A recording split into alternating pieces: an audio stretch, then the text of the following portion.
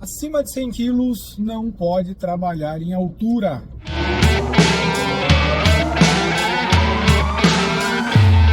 Tema polêmico. E com certeza, se você é da área de segurança do trabalho, técnico em segurança, bombeiro civil, engenheiro de segurança do trabalho, já escutou alguém falando isso, já teve a sua equipe, algum funcionário que não pode atuar em altura, ou já teve aí o RH da tua empresa batendo na sua porta, avisando essa condição, né? Essa pessoa não pode trabalhar em altura. E aí? Técnico de segurança do trabalho, o que eu faço? Como interpretar isso? Então, muito cuidado com essas informações, muito cuidado em simplesmente repassar essas regras, entre aspas, sem entender o porquê da coisa. E vamos lá, isso não existe. Isso daí é uma interpretação falha, e eu não digo nem da legislação, porque não existe nenhum ponto da legislação, né? Se a gente lê na íntegra a NR 35, que trata sobre o assunto trabalho em altura, não há menção sobre a proibição de alguém trabalhar em altura quando pesa mais do que 100 quilos. Cara, então da onde vem isso? E de fato é correto eu proibir um funcionário que pesa mais do que 100 quilos trabalhar em altura? É muito interessante entender um pouquinho sobre esse assunto. Primeiro ponto, então, por que os 100 quilos? Da onde saiu esse cara, né? Não existe, como eu já falei, uma legislação específica que trata esse valor diretamente. Mas o que eu entendo, tá? É que esse 100 quilos ele veio da onde? Normalmente os cálculos que nós utilizamos para projeto de sistemas de segurança contra queda, nós usamos o fator de cálculo, né? A gente usa os 100 quilos como o fator para calcular o peso de um homem. O fator do homem em queda, a gente leva em consideração 100 quilos. Né? Então esse é um ponto que 100 quilos. Os fabricantes de cinto e de equipamentos de segurança contra quedas, eles levam em consideração ou como base inicial dos seus projetos e do cálculo do seu material, também os 100 quilos. Então pode ser que 100 quilos venha dessa questão. Mas e aí? De fato, se um trabalhador que pesa mais do que 100 quilos, ele cair, o cinto dele rasga, o ponto de ancoragem não suporta, isso é uma inverdade. Né? Até porque esses 100 quilos não é o fator, né, que vai causar a ruptura do material, né? Até porque os 100 quilos é o fator de cálculo, né? Mas o coeficiente de ruptura dos materiais é muito maior que isso. Então, dificilmente um ponto de ancoragem não vai suportar se caso ele seja dimensionado da forma correta, né? E a questão da avaliação do funcionário não deve ser feito, né? No caso, a aptidão desse funcionário em altura, ele não deve nem ser feita pelo técnico de segurança do trabalho ou engenheiro de segurança. Quem avalia a condição física do trabalhador, né? E se de fato ele pode ser considerado apto em altura, seria o médico do trabalho.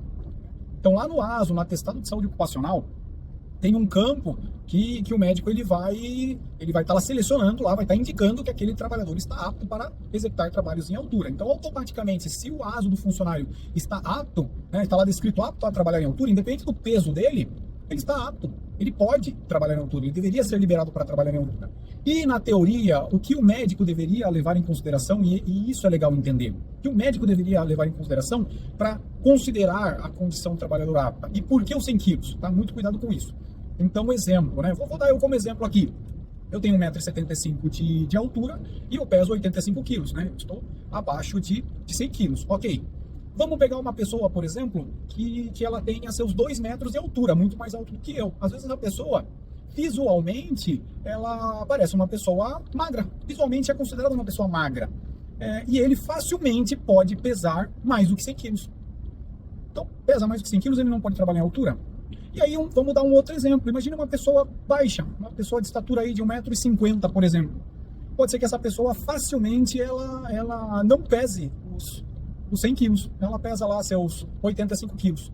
Mas essa pessoa de estatura baixa, de 85 quilos, numa condição de queda, você sabia que ela pode sofrer muito mais do que uma pessoa de 2 metros acima de 100 quilos?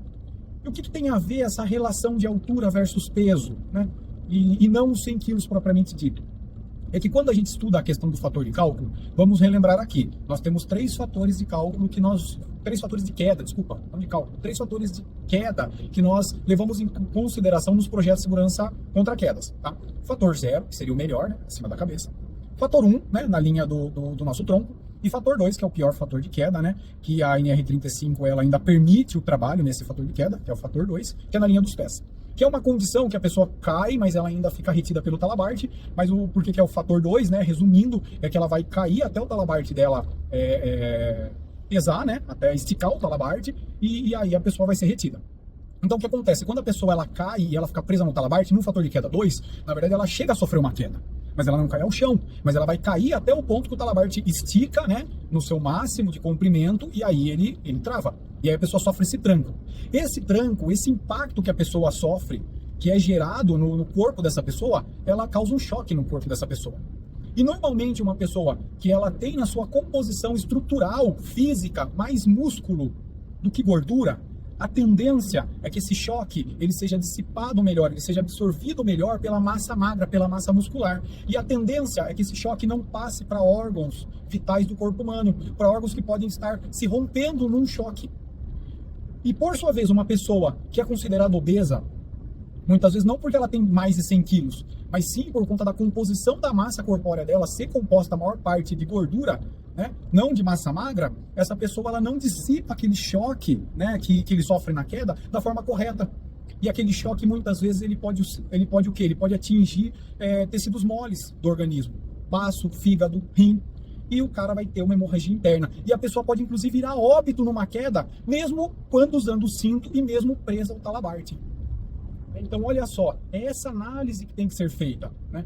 Então, você vê que é uma análise um pouco mais complexa. E não somente falar 100 quilos, abaixo de 100 quilos pode trabalhar em altura, acima de 100 quilos não pode trabalhar em altura. Então, vocês entenderam o que nós temos que analisar? Então, muito cuidado, técnico de segurança do trabalho, engenheiro de segurança do trabalho, em seguir simplesmente regras, né, que vieram de algum lugar, que vocês escutaram de algum lugar e vocês não entendem o que vem por trás ou a base, né, estrutural dessa coisa, né, a base fundamental da essência do que de fato a gente quer proteger nesse momento, tá joia? Então a análise é um pouco mais complexa do assunto. Esse tema dá muito debate, dá muita conversa, mas é um resumo aí para vocês.